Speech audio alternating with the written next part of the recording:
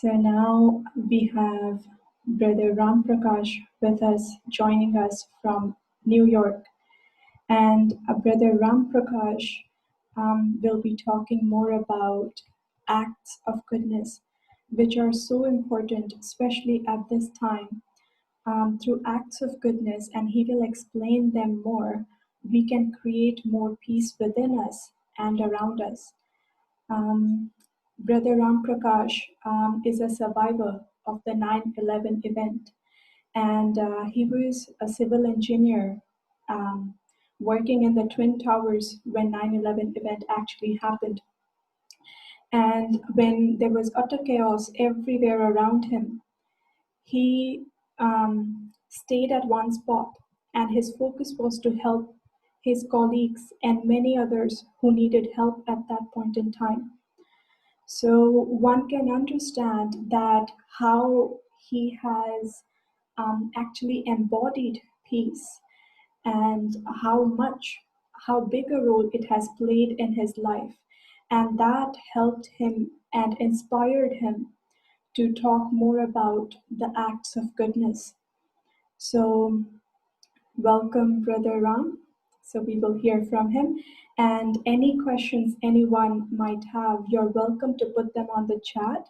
We will take them up after Brother Ram Prakash speaks. Thank you. And welcome, Brother Ram. Thank you so much. Uh, I am really privileged to be talking to you all. I came to Vancouver about 4 years ago, and I had such a wonderful time. And at that time, we were all talking about the act of goodness. And now, this time, when I got the phone call, and what they are talking about, that building Vancouver. I say Peace Vancouver. And when I think of Peace Vancouver, I say we have to build peace.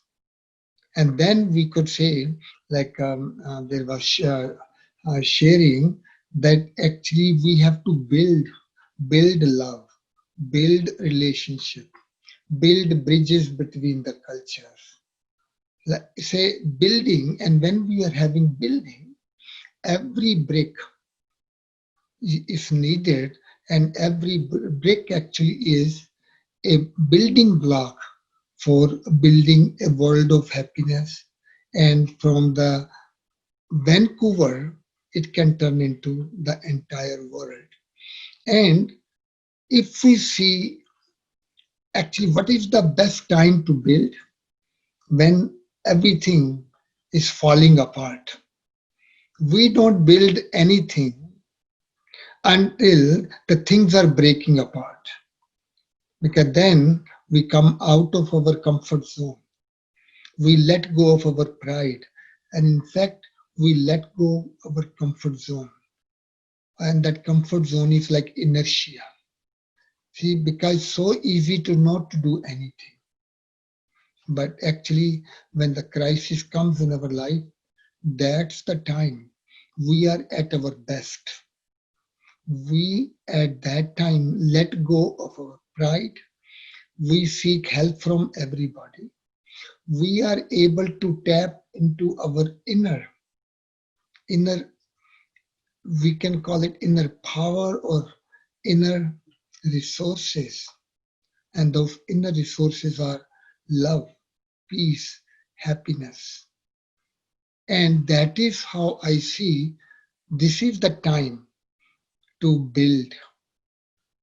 So I was so happy to hear building Vancouver, Vancouver of peace, building Vancouver of happiness. Now, I want to share some of my experiences too, that how we think we can do that.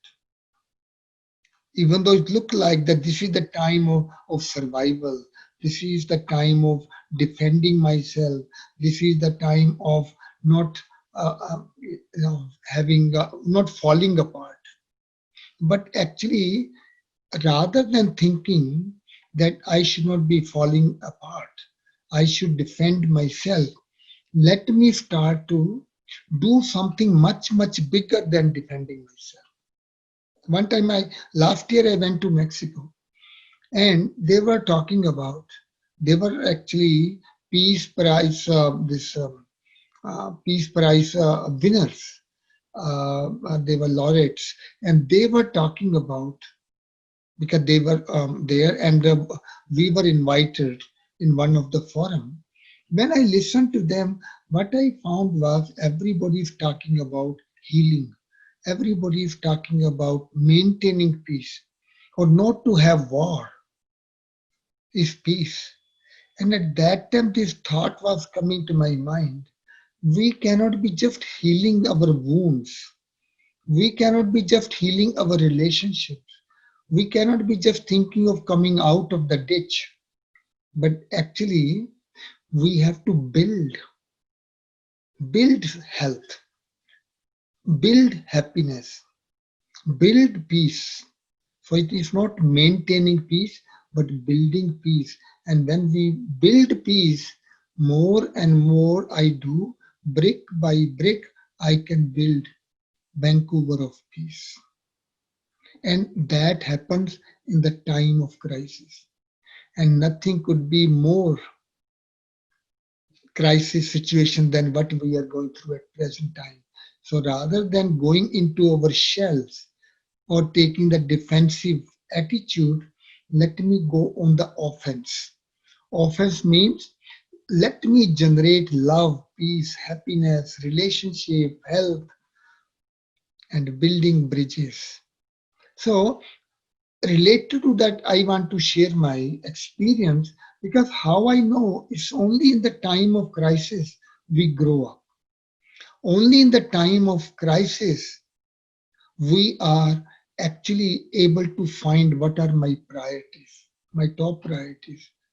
At the time of crisis, I also come to know what I am made of and who are my friends. It's only at the time of crisis, when everything is going smooth and easy, then everything is good. But we come to know about ourselves only when we are in crisis. So I want to share this, my experience of September 11, 2001. It was only a couple of weeks ago. And I was on 64th floor of the first tower which was hit.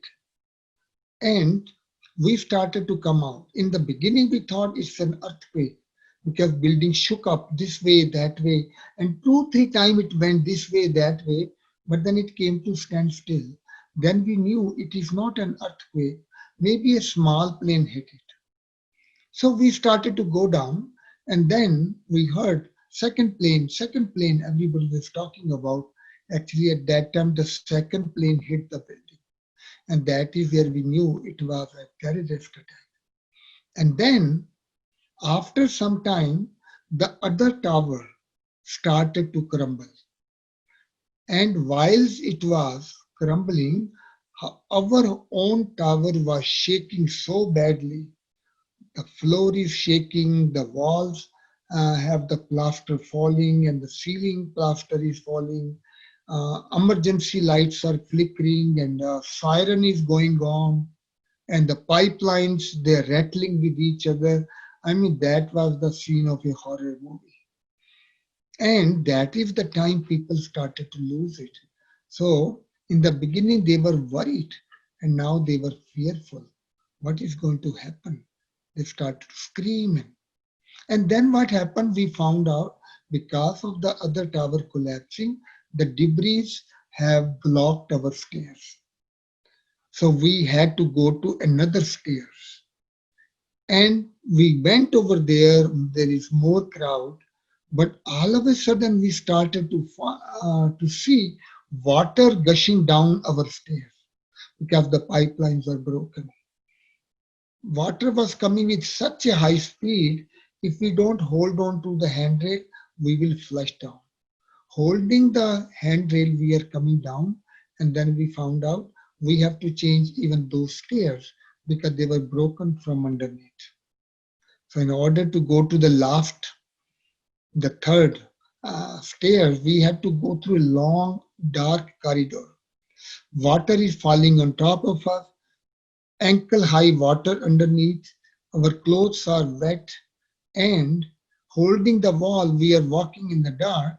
And once in a while, the emergency light will light up, and we could see wires hanging on top of us. So we had to duck down, slowly holding the wall and just going slowly. And finally, we came out of the stairs. And then we were able to go down. And we had come down only 5 minutes. All of a sudden, we felt the ground is shaking. We looked back. Our tower was collapsing. We were so close to the tower. If the tower had toppled in our direction, we would have been underneath it. But of course, tower just came straight down like this. So, but the dust and the sheetrock powder, it is following us. Even uh, our clothes and our body, the faces, they were all filled with dust. And then few people did not want to leave me because they were feeling comfortable. And we have a meditation center on Fifth Avenue between 31st and 32nd Street near Empire State Building. So I brought those friends with me, and we offered them food. They did some meditation, and then we came home. But next day, people started calling me from different countries, from television, newspapers, and they were asking many questions. One particular question they were asking was, you were 95 minutes in the tower and you came out only 5 minutes before it collapsed. So you were only 5 minutes away from death. Share your experience of dying, that what you felt at that time. And I looked back into my whole 95 minutes. I could not remember even 1 second when I was in fear. No, but I am just wondering how it could be possible. The only logic I could come up with was because I started to help other people, my own fear never materialized. Now that became like a revelation that when you help others, the higher being, God helps you. Now, the question is, what help could I provide? Everybody is coming down, and I am also coming down. But the difference was, other people are trying to rush so that they can get out and go home. But I was wondering, I had been doing meditation at that time for about 28 years. And I said that I cannot be like everybody. So there was this desire to help people. So I was coming slowly, talking to people, giving them encouragement that everything will be okay. And once in a while, so what had happened when actually other tower had collapsed and we were in other tower, other stairs, then because the fear sets in, any little sound will make the people tremble, shaken up. There were women working, the ladies working behind, and they're walking behind me. And what I will see, as soon as sound will come, they will scream. And I could see the horror in their eyes. And I will quietly step back and ask them to come in front of me and will say, we are all together. Don't worry about anything. We will all come out together. Have faith in God. Now, it is not a big deal just stepping back few steps, two or three. But for them, it was a very big consolation or a comfort because somewhere there was this feeling that the one who gives the person who gives the space. So if we will be in trouble, this person is going to help us. You know, there is a saying, na, डूबते को तिनके का सहारा. In Hindi, they say that means when you are drowning, even a small straw you will try to catch. So now they are so happy with me, so loving to me, and they actually called me, Ram, you are our angel. And I was smiling inside. And I said, wow, becoming an angel is very easy. Just go two steps behind and you become an angel. But actually, what I learned from that was that supposing I had died, because I was only 5 minutes away from death. In fact, when I came out of the tower, I saw there was one heavy lady and she was not able to walk and she was just like sitting on the floor and crying. And I wanted to go and help, but then they stopped me because they knew other tower had already collapsed. Our tower could collapse any time. So they did not say, we are taking care. But I was ready to go inside to help her. So I could have died. So what people would have said, oh, Ram was an angel, but he's dead. So I would have been a dead angel. But now I did not die. So is there a possibility, because people called me angel, is there a possibility to become an angel? And then the thought came in my mind when I am looking back that actually people think angels means something very, very big. Big angels, famous angels, some who have done extraordinary things in their life. They are the angels, they are famous, and we all know them. And we think those are the only angels. That's where I learned I am an ordinary person. Is there a possibility I can become an ordinary angel? Or I can call I am a tiny angel. So tiny, tiny like a micro angel. Or you can even say particle, just an atom of an angel. So that is where the thought was that actually becoming an angel.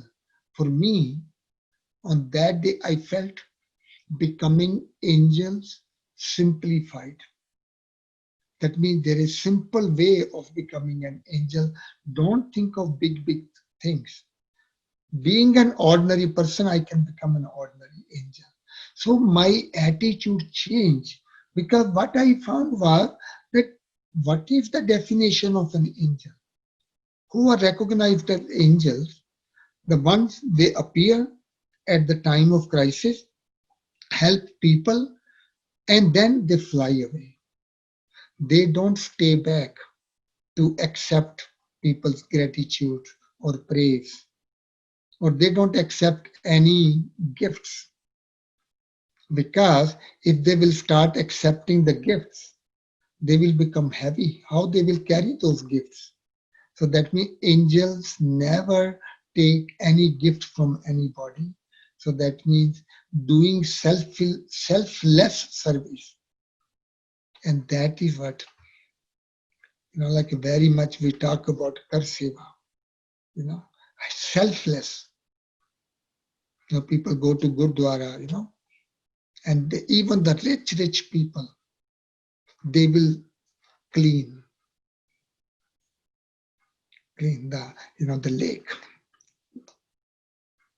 So this is how I understood that becoming an angel. So then the thought started to come to my mind that I have to justify my survival because we lost 10 persons in our office.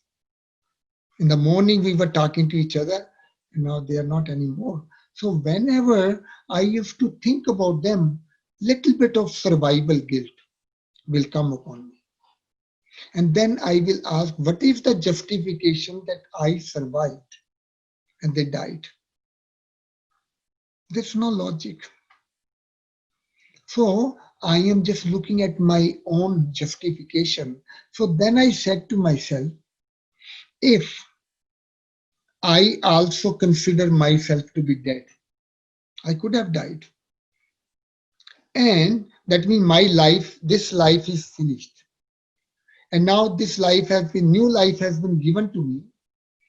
And if I consider this life not my own, but it's for the society, for the humanity, for the world, that means I live for others, then even God can justify my survival.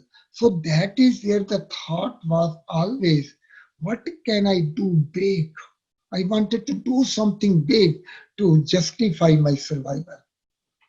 So as you heard that I started doing 7 billion acts of goodness, and that is what happened in 2008. There was a cover story in Time magazine. Happiness is contagious.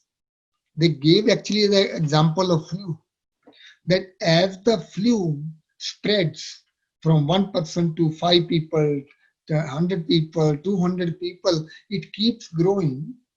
In the same way, happiness grows exponentially too. And that is where my understanding was, that if happiness also can grow like virus, it's like a virus, like we have coronavirus. So it is just we call it is airborne. For same ways, vibrations of love and happiness and joy can also spread all over the world. And that's where the thought was, that actually how the happiness comes to us.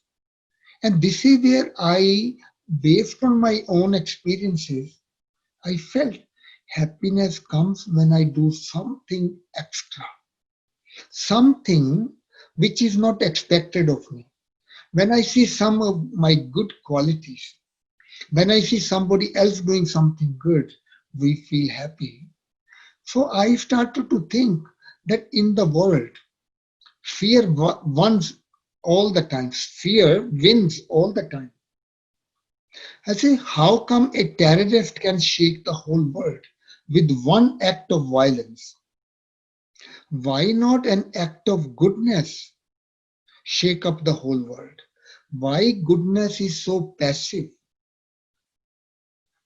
The negative things, they take over so quick. The people who are bad people, they rule, and the good people remain silent. Is there a possibility I can make goodness dynamic? There is a saying, love can move the mountains. Love can melt a stone. So why I am afraid of goodness? If there could be explosion of goodness, violence, why not explosion of goodness? So that is where the question came about atom bomb, how the atom bombs explode.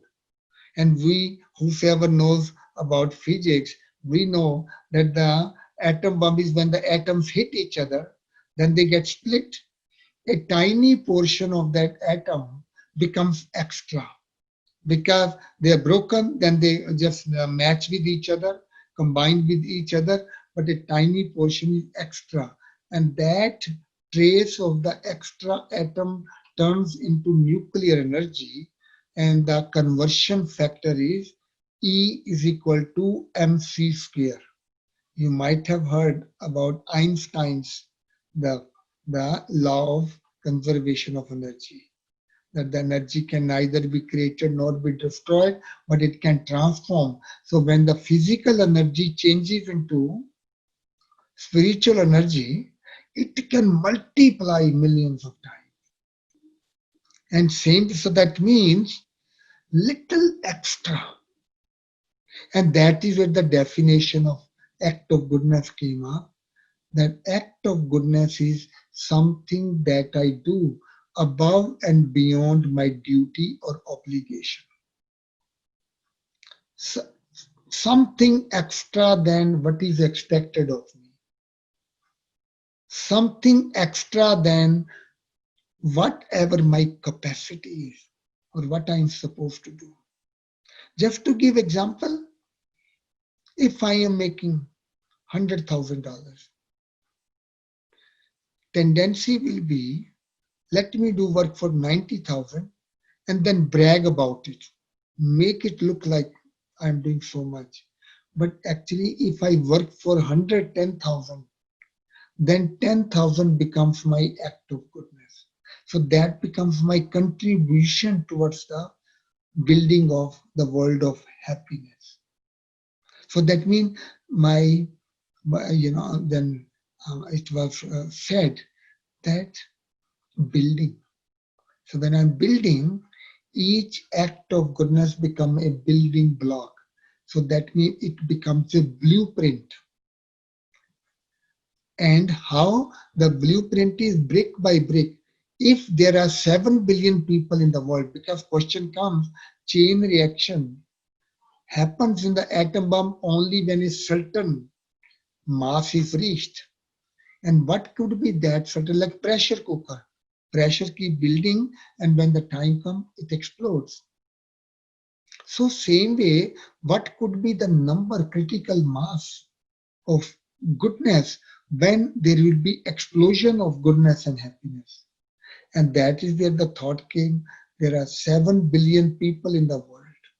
If collectively we can perform 7 billion good acts, maybe that will trigger the chain reaction and there will be explosion of goodness and happiness. Let's create a wave of goodness and that wave will keep going higher and higher and higher and it can turn into tsunami. So tsunami of goodness and happiness and we can drown the whole world in goodness and happiness or immerse everybody in love and happiness, peace and harmony. And that is what we call the world of happiness. And now we are talking about world of happiness, but where I can start? I can start building a world of Vancouver or Vancouver of happiness. So, and how that will come? From today onward, I can start to do acts of goodness and that will build the heaven or the world of happiness. Is it possible? That is where the question always had been. Is it possible to build Vancouver of happiness and peace and love and harmony? So this thing in the beginning, we did not know how it will go, but some young students, actually they were not students, but they were young people, young entrepreneurs. They started to experiment with each other. They will go out of their way to help somebody at the airport or anywhere, or when they're taking the turn and somebody wants to make the left turn. And what they will do, they will step back. Okay, you go. And they used to notice how happy they were making people by that, helping in any way. And then they wanted to share those experiences with each other. And what their experience was, when they do something extra for other people, that brings joy in them. So this is how this started to take place. This becoming a blueprint, making a blueprint of building a world of happiness and love and peace. And in our case, starting from, they say, act locally, think globally.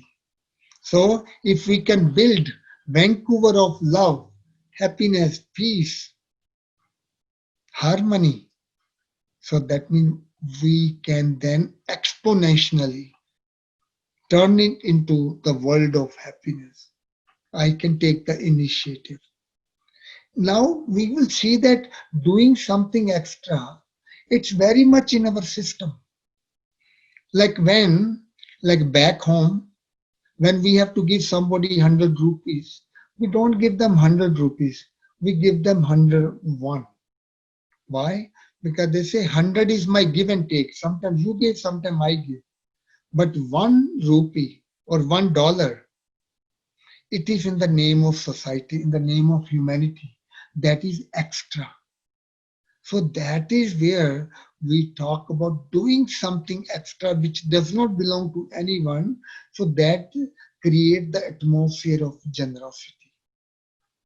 And this is how we know that how it can grow exponentially. A tree grows how? From a seed. So seed is so small, but it has the DNA of the whole tree. So it takes the benefit of the air, the soil, the water, and then it grows out of the ground and it goes upward. Everything goes into the ground from high point to low point, but the tree goes upward and it is able to break out from that dirt. You know that the whatever is the in the form, you know how the seed sprouts and next thing you see is the plants coming out. And that is what it is, that just breaking out of our shell, the skin. So how it is possible? Because being children of the higher being God, as this body carries my parents' DNA. There are many similar things what we have, what our parents have. And being a soul, say, I am spirit soul, who is my mother and father? And the feeling comes higher being, God. So if I trust God is my mother and father, so then can I trust or can I even challenge myself that being child of God, I carry God's DNA. I have God's genes in me. So then all of a sudden I start to feel God is ocean and I am master ocean. And the question also comes that do I agree with that? Do I? But then check within your own self. We say God is ocean of love. Check within your own self. Deep, deep inside, how much love there is. It is we are so filled with love inside, but we are afraid to bring it out. We are afraid of our goodness. We are afraid of even of our love because it's vulnerable. But we have it. It's true or not. So that's my DNA, God's DNA. God gives happiness to everybody. Now check within your own self. Don't you want to make everybody happy? Is true or false? We want to make everybody happy. And that's God's DNA, my DNA. And one thing is, we say God gives. So if God gives, what is my DNA? To give or to take? So what's that? So that means if I want to give, can I build relationship on the basis of giving, giving, and only giving, not give and take? Once I start to live my life of giving, that means I am doing extra. And that extra is not only for others. Like I make a mistake. If I can forgive myself and with love I change, then I am performing acts of goodness towards my own self. I am one of the 7 billion people. So, if I am able to forgive myself for my mistakes, then I can say I am performing act of goodness because I am making one person happy. Because that is what I learned even in the World Trade Center. People were asking how you will take revenge. And I said, today they took revenge, tomorrow we take revenge, people will keep getting killed. We have to stop this vicious cycle of taking revenge. We have to start the healing process. And the healing comes from forgiveness. And on that day, what I did, I didn't know who should I forgive. I forgave myself for all the wrong things I had done in my life. Because in the college time, in other time, I did many, many wrong things. On that day, I forgave myself and I felt so light. I was jumping with joy on that day because all the burdens from my shoulders have been lifted. And that is what has become part of my life. And I share with others an act of goodness, forgiving yourself for mistakes you have made. And once with love I change myself, that becomes my nature. Then when I will see somebody else making a mistake, rather than feeling bad about them, I forgive myself for something I have done wrong. So this way my relationship with others will build up because they made a mistake. And forgiveness is not only that you don't punish them, because they are still filled with guilt. So the real forgiveness is that when person is already feeling guilt, and at that time taking them out of the guilt, finding some of that person's qualities and some of the good things that person does, and making them aware of that goodness and the good action that person does, remind them and send them happy, making them aware that how good they person are. So that is the complete forgiveness. They make a mistake and you take them out of guilt. You try that in your relationship. And that is what is called giving, forgiving. My life is for giving. So if I can do that, that means I am performing act of goodness, and little by little we can build world of happiness starting from Vancouver. Is it possible? So that is my feelings had been, and we in the beginning it was looking not possible.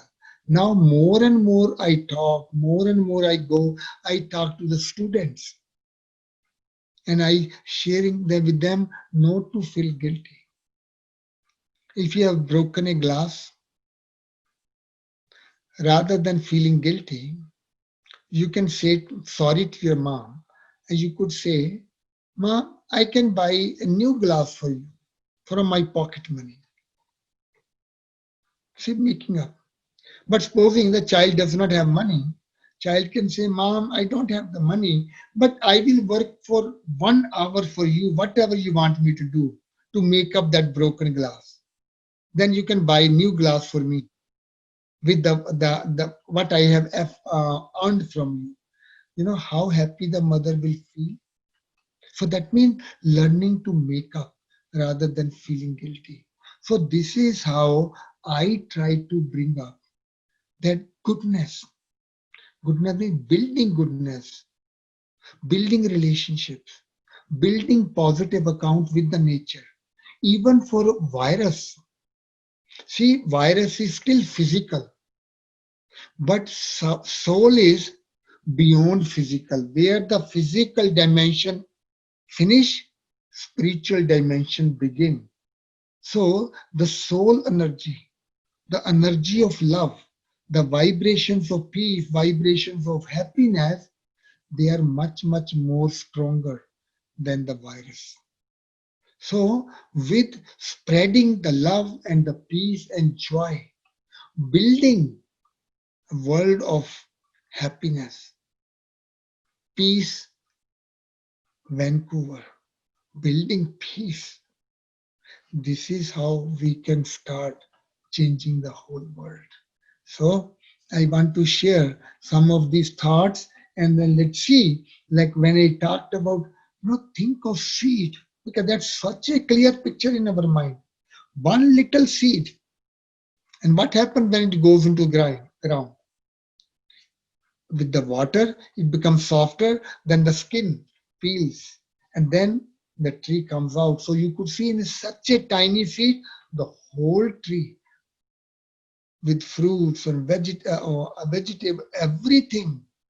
so much can come out. So the same way, we the human beings, we have tremendous amount of positive energy to change this world into the world of peace and happiness.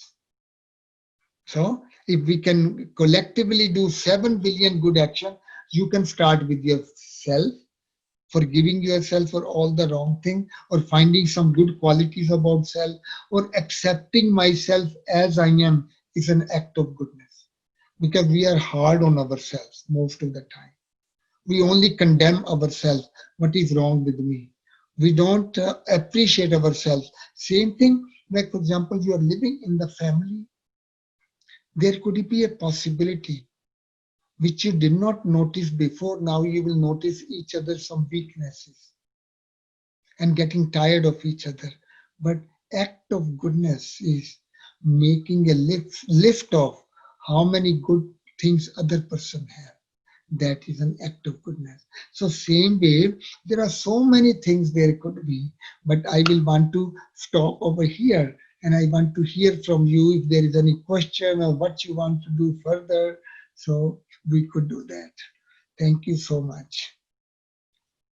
Inspiring us for building a happier Vancouver and more peaceful Vancouver. And our hope is through this program that each one of us who is participating could be that building block to bring about that change within ourselves and others and to inspire others. So if anybody has any questions, then I'll just quickly check it on the chat. If anyone has any questions, you're welcome to share it on the chat. And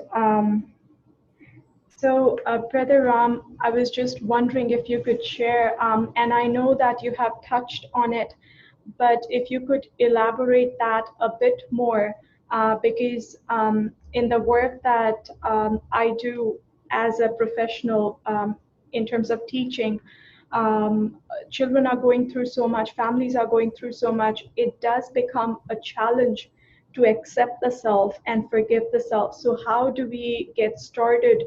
Um, if we don't know much about meditation, how can one get started in terms of helping the self to accept oneself? See, actually, that is what I just touched, that the real thing is understanding myself. As I mentioned, I carry God's DNA. If I can understand, so that means meditation is simply to make my DNA awakened or activating my DNA as the seed when it goes into the ground, then it gets activated. So coming out of the shell is the real thing which start to build the tree. Like I want to share that simple things, act of goodness is not generalized things. Like I went to one school. They were very, very small children, like 5 years, 7 years, like that. And I share your experience when you did something good and made you feel happy. And he said, my mom gave me 2 lollipops and I gave one to my friend. I felt very happy. Just 5-year-old boy. One 12-year-old boy said, I used to see my mom working very hard. One day I came from school and I finished my home task, all the homework, and I started to help my mother doing the dishes. My mother said, no, no, no, don't go, don't worry, I will do it. You just do your homework. He said, Mom, I have already done my homework, but now I want to help you. He said, it made my mom so happy. I saw the smile on my mother's face and I felt so happy. Now it has become my habit. Whenever I get chance, I start helping my mother. So you could see specific things, something you're not supposed to do. Nobody is expecting from you to do it, but going out of the way. People say going extra yard. That is the key behind, that is where the building. Like for example, you made a mistake. make up for it. That is what the child can say, I can just do something extra for the mom. That is how you build, and with the small things. And that is what I want to bring, that you don't have to go into the nitty gritty or the theory of the things. Immediately, wherever there is a chance, just doing little bit extra. Like if whatever patience I have, can I have little bit extra patience? Like, I could be a little bit upset, like angry. Can I become little bit more peaceful? Can I be little bit more accepting? That is what we talk about, the act of goodness. In simple terms, you don't have to think of going through the process of the awareness and attitude, because actually good action also creates, it's a cyclic thing. One thing is awareness, attitude, and action. But then good action also awaken my awareness of my DNA. And that becomes my attitude. So it is just like once you start doing good actions, then you will see you start to become more and more happy. And we can build the world of happiness with that. Thank you so much, Brother Ram. And it seems like there are no other questions. That means everything is. Sorry? There are some questions. I might have missed them. They seem to be comments. So, yeah. Yeah, the comments. Yeah, so these are like, they are basically someone saying that forgiving myself and showing the power of forgiveness to my surroundings. So, and great session, thanking. So, thank you. So, I think the topic is everything is very clear to everyone, which is great. So, Brother Ram, if we could please have a 5-minute commentary with you so that we could raise our awareness more right now, please. Thank you. See, I want to share one more thing if I have 2 minutes. Because many times people talk about, I am a good person, but I am suffering. I am a good person, people take advantage of me. Do we have that kind of feeling within ourselves? I am taken advantage of because I am a good person, that I am doing good actions, but people take advantage. I used to feel the same way too. But what I found was, whenever I did something extra, but nobody paid attention, nobody gave any kind of acknowledgement, I did not get anything returned, that gets accumulated in me. And then one, two, three, all the good action keep getting accumulated. In the time of crisis, all those good actions come together and take me towards safety. So what I learned was, if people are taking advantage of me, what it means, I am at advantage. In other words, I am here, other person is here. So energy flows from the high point to low point. So they will keep taking from me, keep taking from me. But actually, if I have to take it back from them where I have to be, I have to come down, which is going below my dignity. I will not like it. So actually, this is the my dignity of giving. I never want to do like this. I want to do like this. So that means I will always remain at advantage many times. But the wonderful thing is, when I give, I start to receive from God, from nature, from circumstances. I could be safe from an accident. I could make the right decision in the right time. I come out of the crisis without any pain and sorrow. And I always find, whenever I am in pain and sorrow, I find somebody else who is in more pain and sorrow than I am. And I help that person, that take me out of the pain. Many times people said to me, Ram, you're very innocent. Sometimes we are all innocent, right? They say people are using you. Do you also feel sometimes that people are using you? I'm sure you feel that, because I used to feel. But now what I say, because every time I give, I keep on receiving. So I tell them, oh, people are using me. That means I am useful. Otherwise, I will become useless. So do I want to become useful and people keep using me? Or should I become useless so nobody wants to use me? What do you, so you want to become useful or Yes. useless? So that is why you want to share. So act of goodness makes you valuable, makes you happy, and you will be surrounded by people.